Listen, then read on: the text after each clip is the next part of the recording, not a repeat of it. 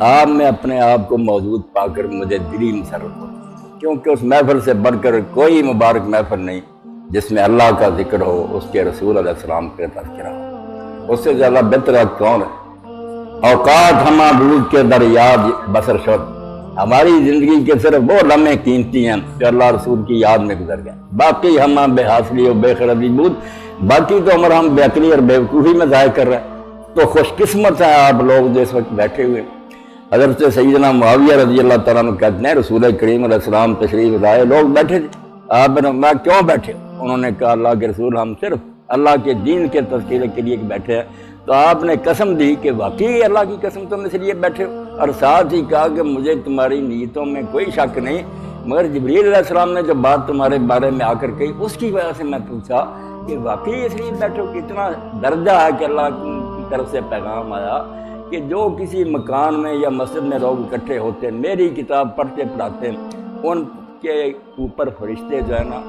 وہ سکینہ لے کر اترتے ہیں، ان کو اللہ کی رحمت گھیر لیتی ہے، اور اللہ اپنی بارگاہ میں عرش عظیم پر ان کا تذکرہ کرتا ہے۔ اس لیے آپ یہاں جو بیٹھے ہیں اپنی قسمت پر ناز کریں کہ اللہ نے آپ کو توفیق دی کہ دین کی باتیں سننے کے لیے،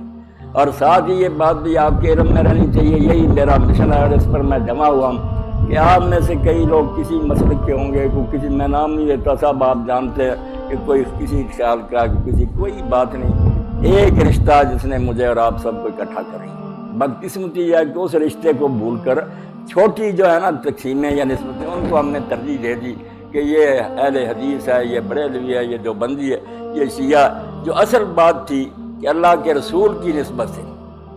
ہم سارے لوگ جو ہے اگر 7,000 ماجے ہم لاکھوں ہوں مشرق سے مغرب تک، مگر ایک رشتہ میں پروئے ہوئے کہ اللہ کے رسول کا نام لیتے ہیں۔ جزء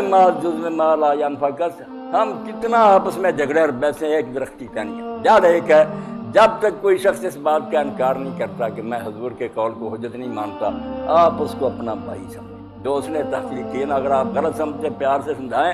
وہ اسلام سے نہیں نکل سکتا، اسی چشمے سے وہ پانی پی رہا جس سے آپ پی رہے ہیں۔ اس لیے اللہ کے لیے ایک ہوں، مل کر رہیں، بات پیار محبت سے اگر آپ سمجھانا چاہتے ہیں سمجھائیں، مگر دلوں میں یہ بات بٹھائیں کہ آپ میں سے کوئی کافر نہیں، کسی کا اسلام سے نکلنا یہ سوچا بھی نہیں جا سکتا۔ یہ تکفیری گروہ جو خارجیوں سے پیدا ہوا اب بھی مختلف شکلوں میں جنم لے رہا، اور ان پر اللہ کا عذاب ہے کہ ایک جماعت سے دوسری جماعت بنتے جا رہے ہیں، اور آپس میں بھی کافر کہتے ہیں، یہ اللہ کی طرف سے ان پر مار پڑی ہے۔ کلمہ گو کو کافر کہتے ہیں، لوگ حیرانیاں کہہ رہے ہیں کہ اللہ ایک ہے، رسول اللہ ہمارے پیغمبر ہیں، اس کے بعد کون سی وجہ ہے کہ آپ انہیں کافر کہتے ہیں؟ یہ باتیں ذہن سے نکالیں، پھر سوال جو ہے نا ماشاءاللہ جو دی جائے۔ اب بسم اللہ کریں، مسلم ہیں آپ، میرے بھائی ہیں، کسی بات سے مجھے اختلاف ہوگا میں کہہ دوں گا میری سمجھ میں یہ بات اس طرح نہیں اس طرح، مگر جو اس کے خلاف سمجھے گا میں اس کو بھی سمجھوں گا کہ وہ مسلم ہے، میرا بھائی ہے، اس نے بھی دین سے اگر وہ بات سمجھی اللہ اس کی نیت کا تو اسے اجر دے گا۔ غلطی